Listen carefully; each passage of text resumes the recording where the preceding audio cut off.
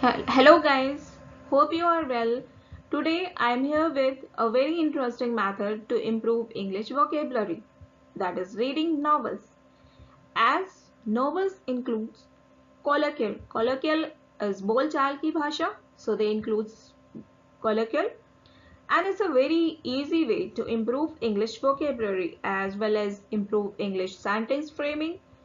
So I have selected the novel Think and Grow Rich, and I am starting from first chapter by describing the each sentence so that you will be able to catch new words as well as learn how to use them in sentences. However, it's a motivational novel, so you will get motivation also. Hence, there are a lot of benefits with this English package. Let's begin. Chapter 1, The Man Who Thought His Way into Partnership with Thomas A. Edison. Truly, thoughts are things and powerful things at that when they are mixed with definiteness of purpose, persistence, and a burning desire for their translation into riches or other materials. Truly, that is, in real sense, thoughts are what? According to author, thoughts are the things, even powerful things, when they are mixed with definiteness of purpose, that is certainty of purpose, aim or any motto, persistence, that is make resolution or be determined about something, and a burning desire, that is zeal or extreme interest in something for their translation into riches. Translation into riches, to change something into new form. That is, these thoughts when mixed together and they are translated into a thought of money or being rich. So here the author is saying like this. So when thoughts are mixed with definiteness of purpose, persistence, burning desire for their translation into riches or material objects, that is physical things, physical objects. So, a little more than 30 years ago, Edwin C. Barnes discovered how true it is that men really do think and grow rich. Little more than 30 years ago, so more than 30 years ago, Edwin C. Barnes discovered, so he discovered how true it is, how accurate it is that men really do think and grow rich. His discovery did not come about at one sitting. One sitting is during a limited time period. So his discovery did not come about a one sitting. He did not concluded anything at one sitting or during a one limited time period. It came little by little, gradually, beginning with a burning desire.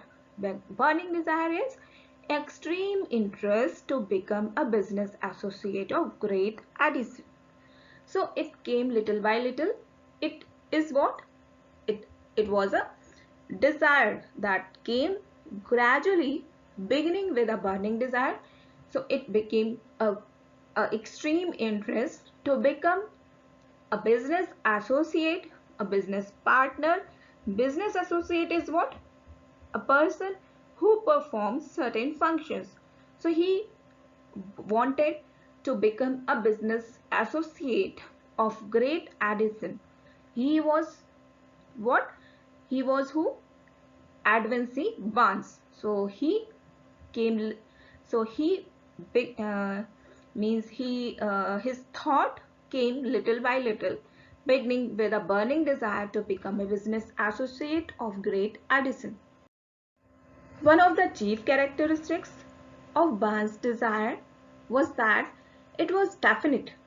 Chief characteristic means main characteristic, major feature or quality of Barnes' desire. What was it? That it was definite, that he was totally determined.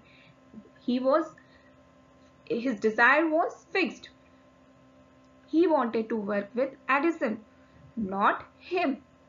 So he wanted to work with Edison, not under him. He wanted to share his work. Observe carefully. Observe carefully the description of how he went about translating his desire. So here author is saying, like, observe carefully the description of how Barnes went about translating his desire, how he transformed his desire into reality, his desire into in real sense. He translated his desire in real, and you will have a better understanding of 13 principles which lead to riches. So here author is telling about 13 principles which lead to riches. That is a later part. When this desire or impulse of thought or desire, that is a short time of a short period of thought, that is a impulse of thought. So sudden desire to do something, impulse of thought, that is sudden desire to do something.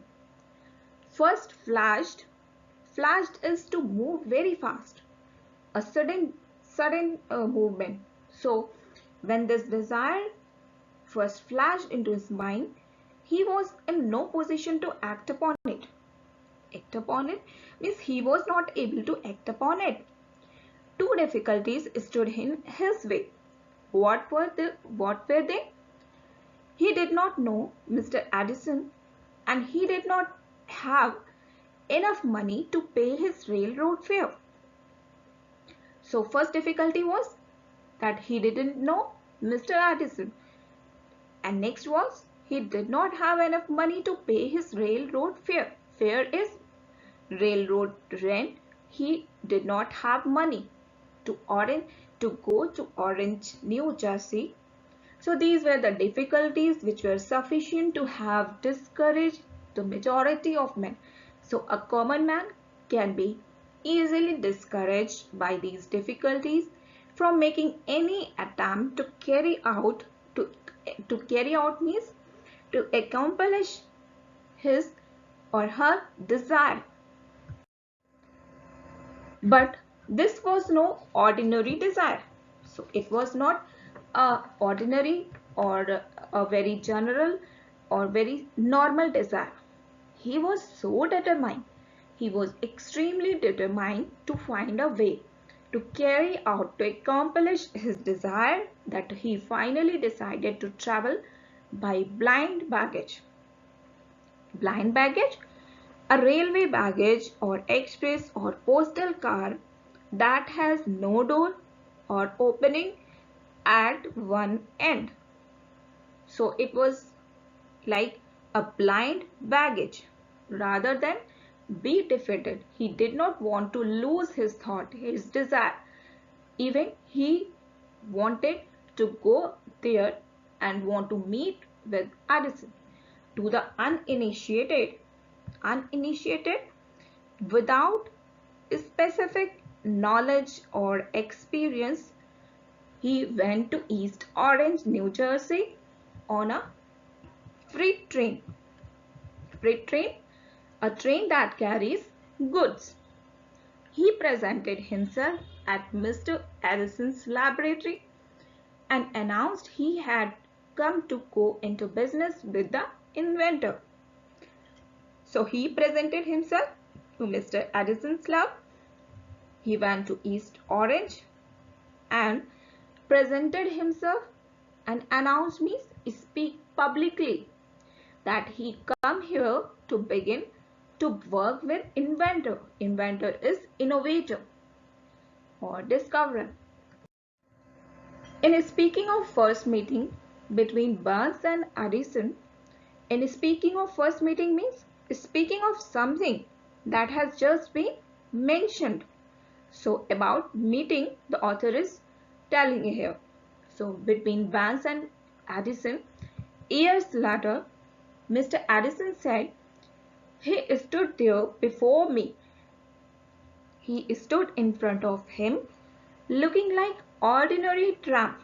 He was looking like ordinary tramp, that is aimless or homeless person. So he was looking like that person, but there was something in the expression of his face which conveyed the impression that he was determined to get what he had come after." So while introducing about first meeting between Banks and Addison years later, Mr. Addison told that he stood in front of him. His appearance was like tramp, an aimless person or jobless person, but his facial expressions represented the impression that he is well determined to get something that he wanted to achieve. I had learned from years of experience with men that when a man really desires a thing so deeply that he is willing to stake his entire future on a single turn of field in order to get it, he is sure to win. So means I had learned with a lot of experience with men that a man who is so deeply interested to achieve something that he can put his entire future on a stake, so he will surely get, he will surely win. I gave him the opportunity he asked for because I saw he had made up his mind. He was so determined. He had made up his mind. He was so determined to stand by until he succeeded.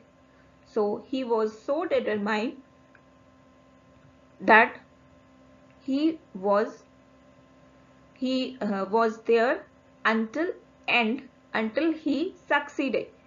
Subsequent events proved that no mistake was made. Means after all later things clear this picture that no mistake has been done. So here he is willing to stake means he put his whole future on stake. What type of stake? That he only wanted to do what was his desire only. So his entire future on a single turn of field. It is a phrase that is used that he has put entire future on a single turn of wheel where there was no way to go back. Guys, thank you. Thank you very much to watch this video. Please like, share and subscribe, and please comment in the comment box. Thank you.